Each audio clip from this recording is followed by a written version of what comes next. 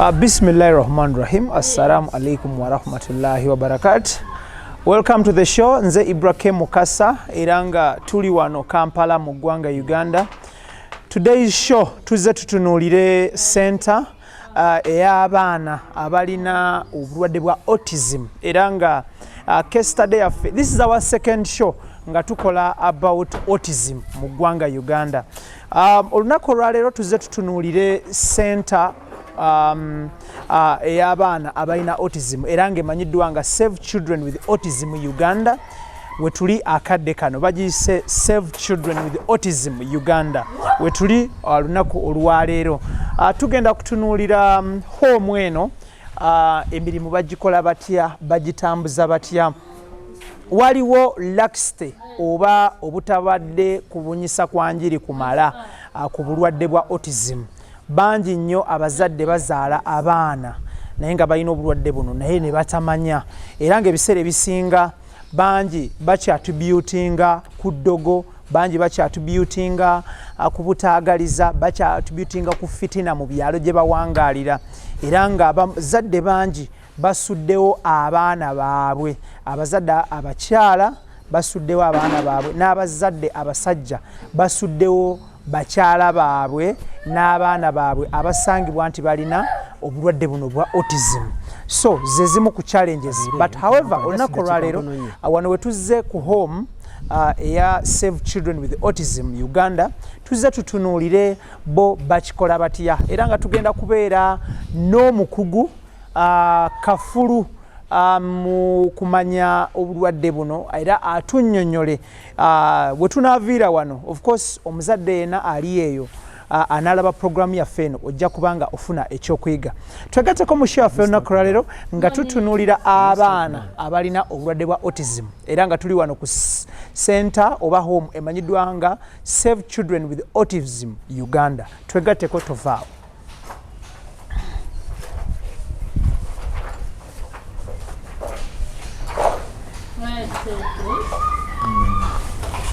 Yes.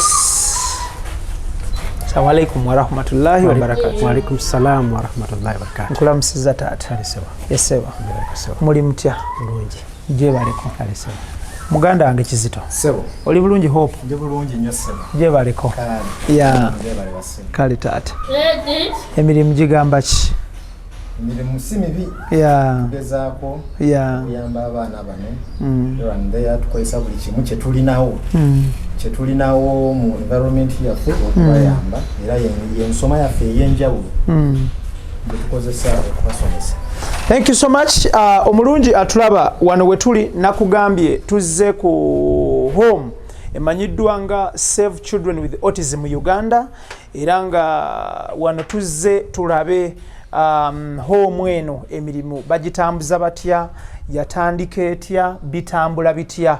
Mushafe olunaku olwaleero twagiwaddeyo strictly eri abazadde abalina abaana nga balina obulwadde bwa autism era ne tugiwaayo eri abaana abatawanyizibwa obulwadde bwa autism. But nga tetunnagenda wala nina muganda wange wano gwe ngenda okusaba abeeyanjulire era ababuuzeeko tutandikirawo. Nkwanirizaako ku show muganda wange. Buuza ku balungi abatulaba.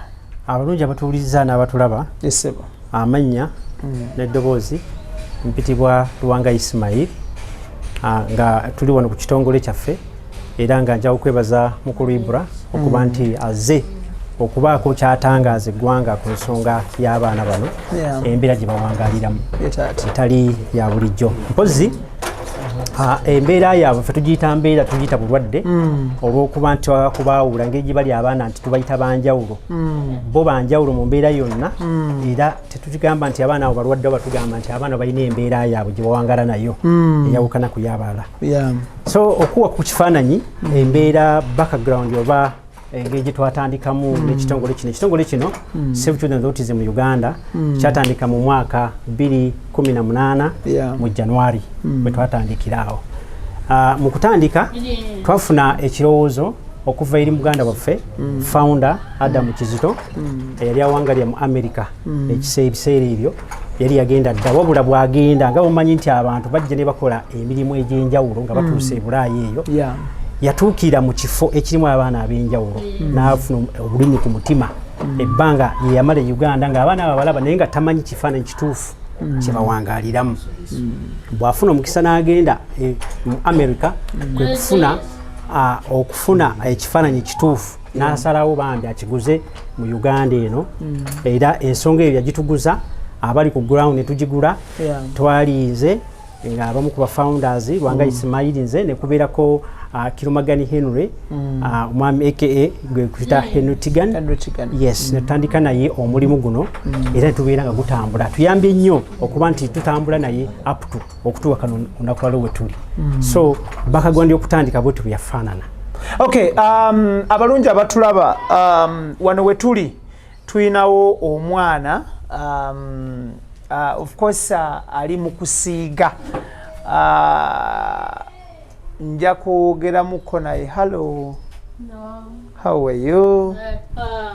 You're fine? Yes. What's your name? Yes. What's your name? Yes. Bumita name? Ono omwami ye Peter Omeda alina emyaka 14 yava mu ssomero nga takyasobola kuyita bibuuzo ate nga ali mu bibiina bya wansi ddala ebisookerwako wabula nti essomero lyali terinategeera amaanyi ge wawe gali naye nga amaanyi ge gasinga nnyo mu kuyiiya n'okukola emirimu egy'emikono era bwe yajja wano eno n'akulaga nti ye ayagala nnyo bintu bya kubumba kukola bintu ebikwatibwako n'emikono kati naffe ne tukozesa obusobozi obwo okumuyamba nti mu maaso awo nga asobola okukozesa amaanyi ge okwefunirako kasente n'okuyamba community mwe tuli. Peter, how are you? You're fine? Okay, what are you doing? Give me one. Give me one. I put here on my hand. Give me one. Thank you so much. You say hello to people. Wave to them. Say hello. Hello. How are you? Okay, omutono ye Peter ampadde akakomo kaliko Helen. Thank you so much. You help me put it on my hand. Put it on my hand.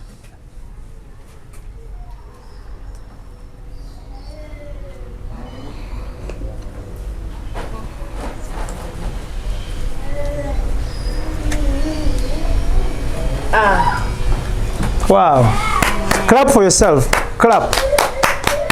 Thank you so much, Peter. Abaana bano ab'enjawulo nga mwami Ismail bw'atunnyonnyodde ono ye okwagala kwe ne desire ze ayagala nnyo okusiiga era nga okuva we twatuukidde wano tumusanze ali mu kusiiga ennyumba zino langi ez'enjawulo of course era nga bw'oba otunuulidde langi zino ensiga gy'ali muzisiigamu it is in an artistic way nti wano ataddewo blue wano n'ateekawo yellow wano n'aleeta red wano ali mu kuteekawo purple bw'atyo era langi zino azijja muno takola nsobi according to him ayina waateeka langi ez'enjawulo bw'atyo bw'atyo bw'atyo batugambye ayina emyaka 14 nja kuddako wa muganda nga Isma abaana bano muwogera mutya nabo mucommunicatinga mutya nabo muwuliziganya mutya nabo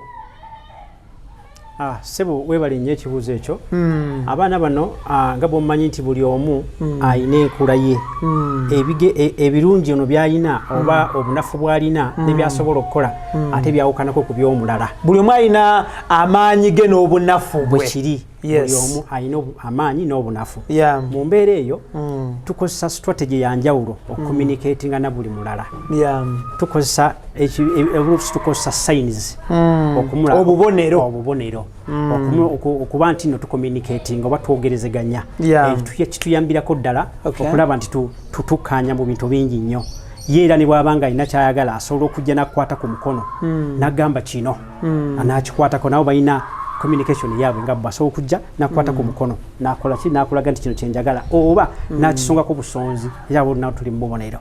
So ensonga eyo botu tugikwasaganya basically okulaba nti twogereziganya nabo mu mbeera emu oba endala. Okuva lwe mwatandika sente eno ey'abaana abalina autism muli mu myaka emeka kati? Twatandikanga mu 2018 so tuli myaka 4 mu kaseera kano. Musanze buzibu ki? Obuzibu tusanze bungi nnyo naddala nti nga bwayogedde mu introduction. Musanze buzibu ki? Obuzibu tusanze okusookera ddala nti tetulina facilities zitumala kukozesa materials ez'okukozesa ku baana bano okubayambako nti beetaaga ebyokuzanyisa bingi nnyo nga biri awo mu bungi bwabyo ebintu ebyo tetubirina bulungi. Ekirala nti tulina okuwa message eri community ebeere nga eva mu mbeera ey'okulowooza nti abaana bano baddogo baluge babuloge bwaddogo. So challenge eyo abazadde bangi bali ignorant. So tusanga tewabaddeewo okumanyisibwa kutono ddala ku mbeera eno mu baana. Tekuliiwo ddala. Tekuliiwo wadde. Tekuliiwo kutono nnyo bwekuba weekuli. So tugezaako okulaba nti abaana bano tugenda mu community tuyamba abazadde. Tulina social media zonna kweziri. Tulina Twitter handle, tulina Instagram, tulina Facebook. Tuyisizaako messages zaffe. Okusensitizinga community nti bannange abaana bano muba mubalina temubakweka mubaleete bweyambibweko. Kibayambirako ddala okulaba nti basobola okubaako bibakyukakyukako mu mbeera emu oba endala. So tulina ekizibu nti resources tukozesa tezitumalira ddala. Abazadde abasinga obungi abalina abaana bano bali vulnerable, tebalina bulungi byansimbi. So ate nga abaana bano balabirira bali very expensive. Omwana omu yetaaga ratio y'abantu nga 3 abakulu adults okubeera ng'omulabirira. Omwana omu yetaaga abantu nga 3 okumubeerako. Okumutambulirako because ye mwana asobola okujja n'alya ebitaliika, ye mwana asobola okujja n'afuka batafuka, ye mwana asobola okujja na buli kimu bakikola. So yitagako okulabirira kuyina kubanga kwa waggulu nnyo. Monitoring erina kubanga ya waggulu nnyo. Ate nga resources tulina ntono. So awo nayo challenge y'amaanyi. Thank you so much. Abalungi abatulaba nze Ibrahim Mukasa tuli wano tuli ku Save Children with Autism Uganda. Home eno yatandikibwa 2018 era nga etunuulira abaana ab'enjawulo era nga bano be baana aba autism. Wano wetuli tusanzeewo omuto of course kusiiga zino nyumba ali mu kuzisiiga. Tujja kufuna omusawo therapist ajja kubanga atunnyonnyola naye ku baana bano abakutta atya, embeera gitambuzza atya n'ebigwa mu kkowe eryo, tulabe engeri gye tukitambuzaamu. Tewabadde kumanyisibwa kumala bulungi ku baana bano. Bangi bw'azaala omwana abamu ajja kulowooza mujja we yamuloze oba famire, abamu bajja kulowooza byakika, bwe bityo ebigwa mu kkowe eryo. Naye nga of course abaana bano baba banjawulo era nga abaana bano bategeera balaba abantu n'ayawula nti ono muntu asobola okulaba era ekintu n'ategeera nti kino kikola kino oba kikola kino. Ekyokulabirako ye mwana ono gwe tuli naye wano kati. Langi zino azaawula nti eno mmyufu, eno ya kiragala, eno ya kyenvu. Oshegeera. Isma nja kudda gy'oli once again. Ojja kudda wano era nnyongera okubuuzaayo ebibuuzo ebirala nga 2-3. On average abaana mufuna bameka wano on a daily? Webale nnyo ssebo ekibuuzo ekyo. Abaana nga mumanyi nti abaana bano banjawulo, tugezaako naffe okwakomodatinga bitusobola okumanaginga. Kwamagamba mazima tetuli mu kuweza namba nnene. Era singa kwali kuweza namba nnene singa wano wonna bajjudde kuba mwe bali mu communities zaffe. Naffe tusobola okulabirira wano ku center, tusobola okulabirira. So mu bufunze tusobola okufuna wano tubeera n'abaana 6 abasobola okubanga tukola nabo wano emirimu egya buli lunaku egya therapy mu mbeera ey'enjawulo. Wano mulina abaana abava mu community ne bajja on a daily ne baddayo ewaabwe era y'omu ku bo ava waka olweggulo n'addayo era waliwo n'abalala abatasobodde kujja oluusi balinamu obukosefukosefu mu mbeera emu. Abaana abava mu community mu neighborhoods okujja wano na daily bajja bameka? bali abaana basatu. Okay. Then wano wasulawo abaana bameka? Basulawo abaana bana. Okay, tuli ku extra digest mugoba nsonga, tutunulira abaana ab'enjawulo era nga case study yaffe tugikoze n'aba Save Children with Autism Uganda be tuli nabo olunaku olwaleero. Isma still era nkyali naawe njagala tutunuulire buzibu ki bwe musinza okusanga mu kumanyisa abantu about ku baana bano ab'enjawulo nti besides logistics obwetaavu nti wano ne wali kulya kunywa kusula kutambula kubatuukako kubazaayo kubaleeta, njagala tutunuulire abantu bano mubamanyisizza mutya nti lino si ddogo omwana nti si nti yakubwa yaabwe, si nti bisiraani, si nti bitambo, si nti yabuuka ddagala, mukoze mutya?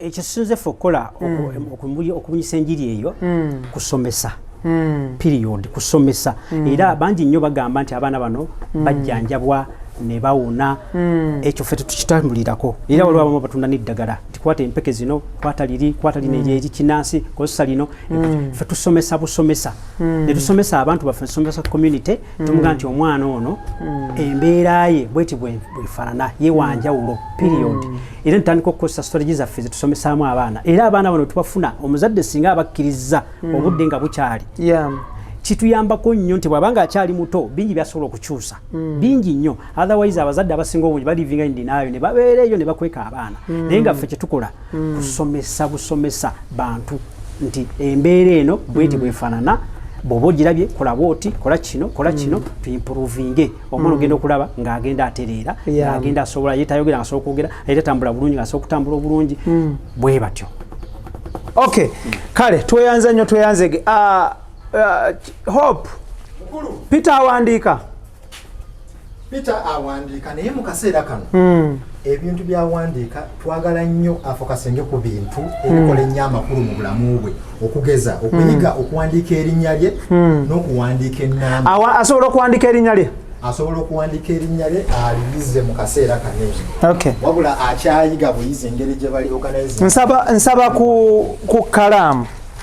Peter, you come here and write your name, eh? Put these back. Put them back. To concentrate for visibility. Okay. This one will work. That red one. Red marker. Red. Get red. Red marker. Red in. Red.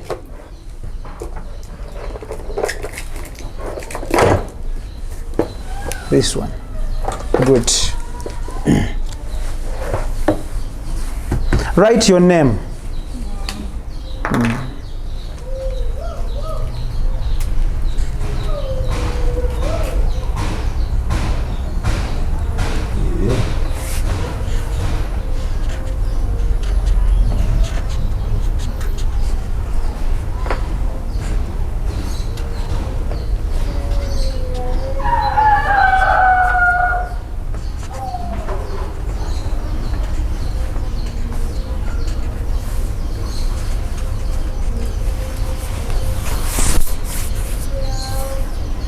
Awandika kikino kati ye instruction yo gyawulidde ya kuwandiika. So kati bwemba njagala mugamba nti awandiika erinnya lye mugambe ntya? Olina kusooka kumulagako nti wandiika erinnya lyo bwegiti. Okay. Peter, get me the marker.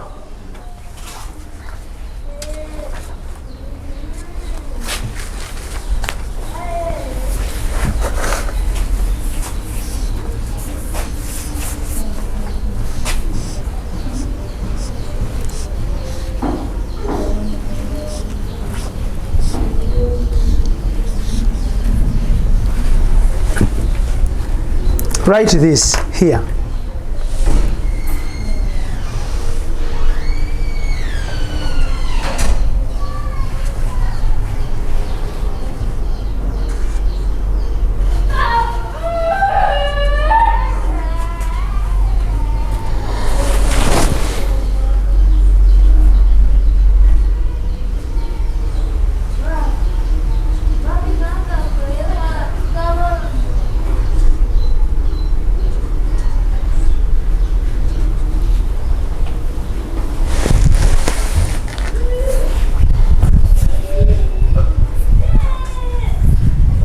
Peter, clap for yourself.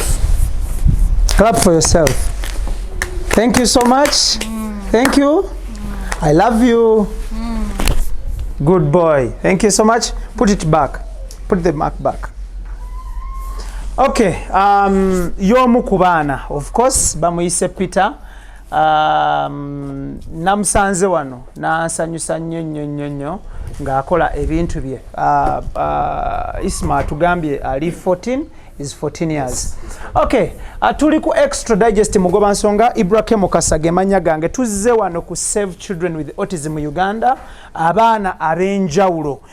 Of course tewabaddewo okumanyisibwa kwetaagisa about abaana bano naye nga inshallah tusaba bekikwatako akiteebwe mu nkola n'abazadde abali ebweru eyo ng'ozadde omwana it is better n'ozuula ng'obudde bukyali bw'okizuula ng'obudde bukyali n'omuleeta oba n'omutwala mu bekikwatako.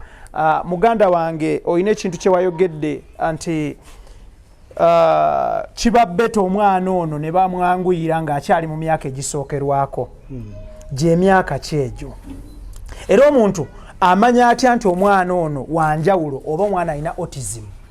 Webale nnyo ssebo. Emyaka omwana nga yakazaalibwa omwana alina owa bulijjo bw'aba yakazaalibwa alina developmental stages agenda ayitamu watuukira nti abazadde abakyala bakimanyi bulungi akaseera kano alina okwavula akaseera kano afulumya ekigambo akaseera kano atengere nabwo ati nga agenda ayimirira nga yeekwata ku bintu nga ayiga otambula. Kati abaana balina autism stages ezo bagenda bazibuuka awo otandike okudetectinga n'omanya nti nno omwana ono si wa bulijjo ye wanjawulo. Stages ezo agenda azibuuka kati gwe kaso detecting ekyo kisobola okujja at any stage kubanga kisobola okutandika ku myaka 2 kisobola okutandika nga muto wa myezi 6 kisobola okutandika nga wa myaka 3 so kati awo nawonna gwe you detecting ogenda olaba bwekikwatako ng'otandika okubaako n'obuyambi bw'ofuna. So awo ndowooza nti awo kikulu nnyo omuntu kasa detecting embeera eyo agenderewo kubanga early detection eyo etuyambako nnyo both omuzadde nono akola ku mwana therapist okuba nti nno bakwasaganya okulwanyisa embeera eyo n'ebeera nga esobola okubeera improved very early mwana abeera nga bintu bingi byasobola okutuukako. Okay, tuyinawo ekitongole ekivunaanyizibwa ku baana ab'enjawulo mu ggwanga Uganda era bakiyita bata bwe kibawo ekiri eyinza okuba umbrella eya nodipu esobola okuba nga egatta abaana abalina disabilities bakiyita nodipu.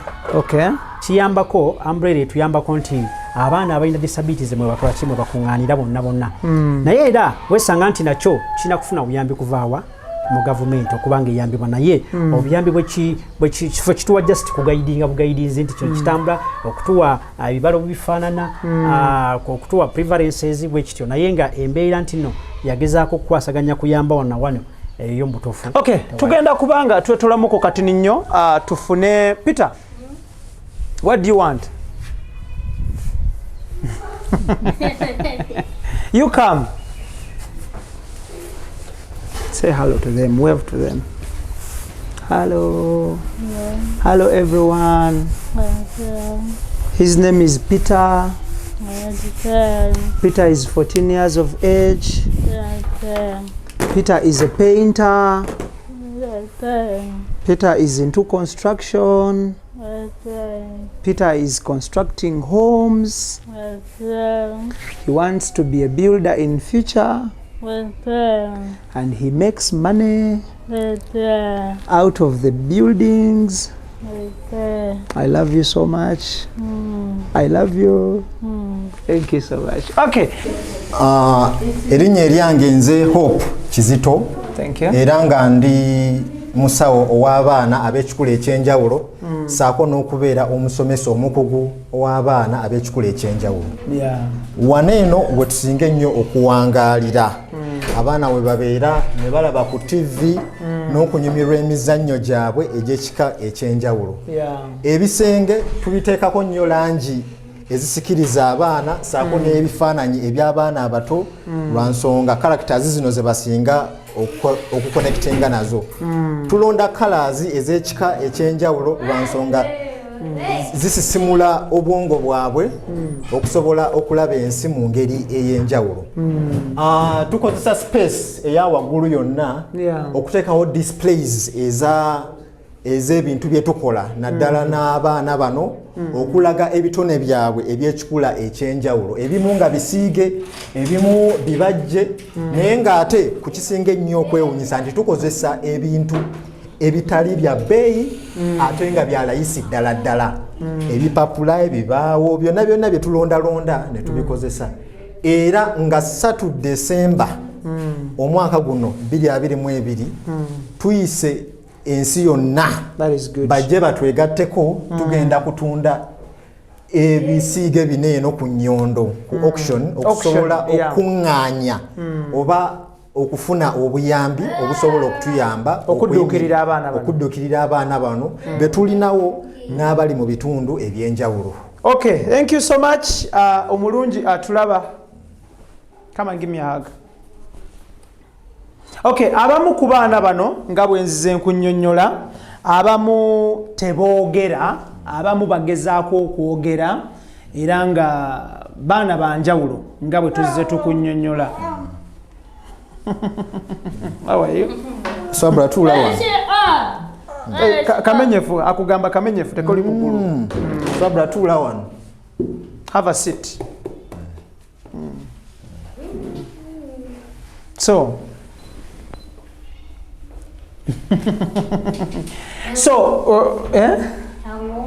how are you? Apa ategezashi kati awo saawa zino tukyafuna empuliziganya ey'ekikula ekyenjawulo gye tulina okukozesa okwogeranga naye lwa nsonga nti mukulu ali kati myaka nga 7 wabula tannatandika kukozesa bigambo bitegeerekeka. Kitegeeza tugenda kukozesa nnyo obufaananyi bwasobola okusongako okulaga ebyetaago bwe okugeza njagala kulya n'asonga kafaananyi, njagala genda manju n'asonga kafaananyi, obufaananyi bwe butyo. Mukyo tugattamu ne sign language obubonero tukozesa nnyo naddala earphone gye tuyita Ugandan Sign Language ebisookerwako basic okwogerezeganya naye wabula nga bwe tusisimula n'obusobozi bwe ono ye Joram myaka 7. Okay, oli ye Swabra. Ono ye Swabra myaka 15. This is Peter. Ono Peter myaka 14. Okay, so waliwo waneera ebintu ebikwata ku baana abamu of course era nga bwe bazze batunnyonnyola ng'ennaku z'omwezi 3 December bayina drive oba run oba enteekateeka ya fundraising okufuna essente okudduukirira abaana bano balabe nga bongerako ku nteekateeka n'omuwendo gw'abaana. Baliwo abaana batono nnyo, reason being nti logistics tezibamala, sente okulya kunywa. Good. Come. So yembeera eyo tugenda kubanga tweyongerayoko tulabe bati hope otunnyonnyodde ki kyokola obukugu bwe buli mu ki n'ebigwa mu kkowa eryo. Kaakati nze natendekebwa obusawo bwe bayita occupational therapy.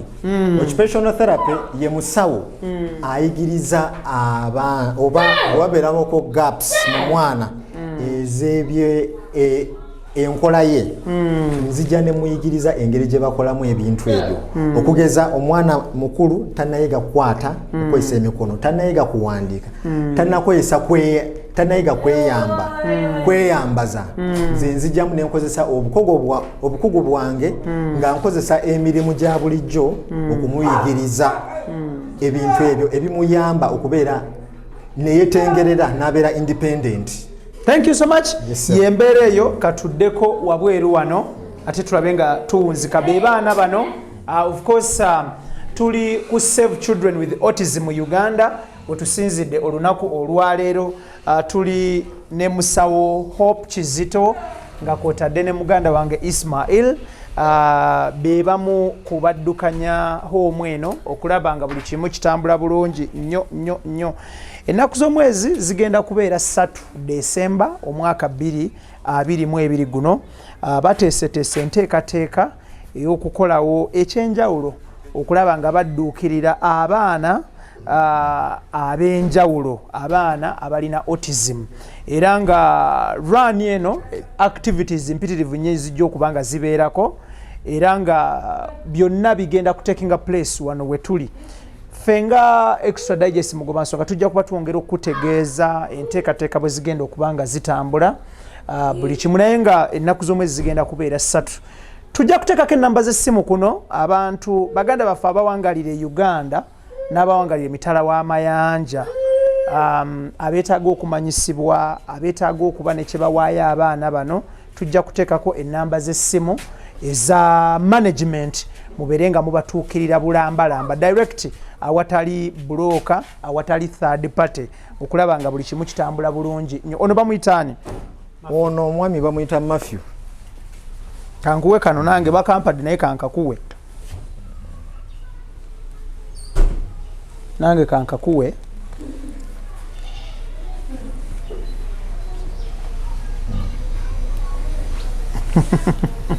Okay, Isma, njagala kubanga nkuta ne Hope tuddeko wano tulabe nga tuwunzika. Enteekateeka za 3 December ziri zitya? Ntandise naawe Isma. Enteekateeka zijja kutandika ku ssaawa, essaawa zijja kuba ssaawa 4. Tusuubira nti abantu bajja kujja mu bungi because inshallah tujja kusuubira abantu bangi kusinza kuva tugenda okuyita bajje wano abakulu ab'enjawulo naddala abantu abali mu authoritative positions okutegeerera ddala kubanga be balina okutambuza ensonga mu bantu baabwe mu communities. Tubayita bajje ku lunaku luno. Tujja kubeerawo ne tents zaffe wano, tujja kubeerawo n'obutebe, tujja kuyita abaana ab'enjawulo abali mu community, waliwo abaana betulabirira nga ne bo tebatuukirako naddala wano bo nga gye basinzira gye mubasanga, gye tubasanga ne tubaako bye tukola ne tukomawo olw'ensonga tetusobola batuusa wano. Kiri costly n'ekyokubiri tulina resources balabirira nga bali wano, so abo tujja bayita bajje babeerewo. So tukubiriza abantu bonna bajje babeerewo, tulabe nga tuyamba community zaffe n'okuba nti nno ensonga ya autism twongera ogibukanya mu bantu bagitegeere nti esobola okubeerako n'enkyukakyuka ey'omugundu. Kituufu ekyo. Mwami Hope Kizito, gwe ng'omukugu occupational therapist mu baana bano, omulimu guno ogukoledde ebbanga kimpozi? Okuva 2012 paka kati. Oli mu baana ab'enjawulo? Bwe kiri, abaana ab'ekikula ekyenjawulo, naye essira naliteeka nnyo mu baana aba autism. That is very good. Bwe kiri. Osanze buzibu ki? Ebizibu byensinze okusanga obutate kwegamba ensi tetutegeera nnyo naddala abaana bwe bati. Nti akaseera wojjira n'ogamba omuzadde nti omwana wo engeri gy'akulamu yanjawulo, kitegeeza n'obuyambi bwe bugenda beera bwanjawulo n'ensoma ye yanjawulo. Asooka kunyiigira.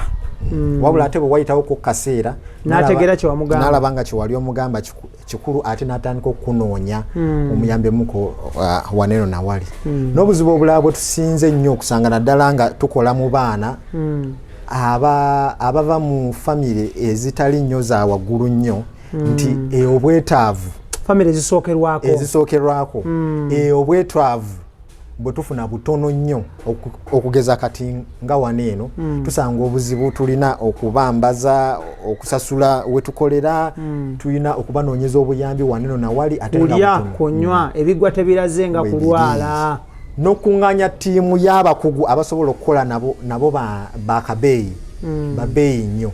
Kwegamba bw'ogattagatta ebizibu ebyo byonna byonna tubeera twetaagira ddala.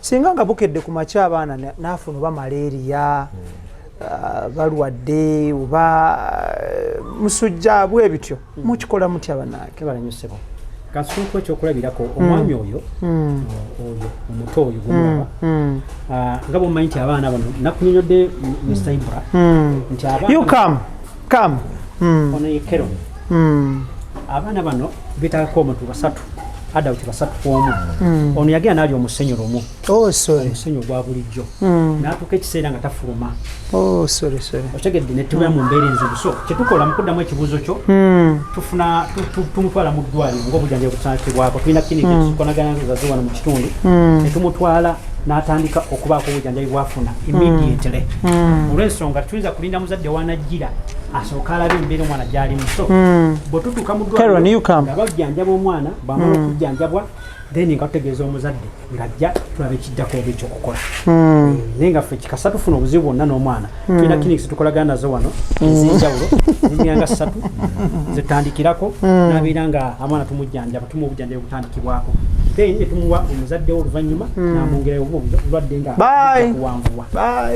Okay, kale tetugenda kubanga tusukkawo olunaku olwaleero luno. Njagala kwebaza mwami Isma, njagala kwebaza mwami Adamu, njagala kwebaza mwami Hope Kizito, aba Save Children with Autism Uganda betambule nabo nakola, but tujja kwongera okubanga tuongera okubakyalira n'okubaleetera okuleeta programs zino abazadde abali ebweru eyo tufune okumanyisibwa n'okutegeezebwa ku baana ab'ekikula ekyenjawulo, abaana balina autism. Waliwo omukyala ali mu Amerika eyo mukwano gwange, nkwerabidde erinnya, naye naawe obumanyirivu bwo buli mu baana bano ab'ekikula ekyenjawulo, abaana abalina autism. So insha Allah bonna abolabye program eno nkusaba you react accordingly. Nkwebaza nnyo. Bye. Sebo naffe tukwebaza. Amina muganda nti media outlets nyingi ezijja ne zituwa obudde bw'otuwadde. Abasinga tebaagala kutuwa nnyo budde. Era bw'ogendayo nti osaba budde bakusaba omudiri gw'ensiimi gw'otamanyi, naye bw'obanga otuwadde obudde n'ojja buzi nti bannange nze mbawa obudde mubeereko engeri gye muyinza okutambuza ekigambo kino. Sebo tukwebaliza ddala nnyo. Kasaba Allah ekitiibwa akuwe ekisinga okusinga okwagala ne programu yaffe yongere okulaba abantu abangi. Thank you so much. Okay, tetugenda kubanga tusukkawo, nja kubaza Idris Lukwago, Mugoya, Keith Kanabi, Tony Senabulya betutambula nabo, then nja kubaza muganda wange Ismailon, nebaze mwami Hope Kizito ne mwami Adam. Thank you so much. Allah yasobola okubasasula omulimu guno, tewali muwendo gwa ssente gusobola kubeera gwe muyikwetinga ku service eno. To the parents out there abalina abaana ab'ekikula ekyenjawulo, si ddogo, si bitambo, si nti yakubwa yaabwe, abaana bano baana era wasobola okubeerawo change mu baana bano. So the earlier the better. Tusitukiremu bunnambiro. Sigadenze Ibrahim Mukasa, mbagaliza birungi byerere. Assalamu alaikum wa rahmatullahi wa barakatuh. Naye ng'ennaku z'omwezi 3 December insha Allah 2022 tuyina drive, tuyina run, tuyina fundraising ey'abaana ab'ekikula ekyenjawulo, abaana abalina autism. Era nga drive eyo tugenda gikolera wano wennyini we tuli wano. Pozi nyitundu bakira batya? Komamboga we tugenda okubeera nga 3 December 2022 nga tugenda kukwatagana ne baganda baffe aba Save Children with Autism Uganda, tulabe nga tuggusa ensonga eno ku lwa Uganda ennungi. Mbagaliza birungi byerere, mubeere bulungi, mweraba.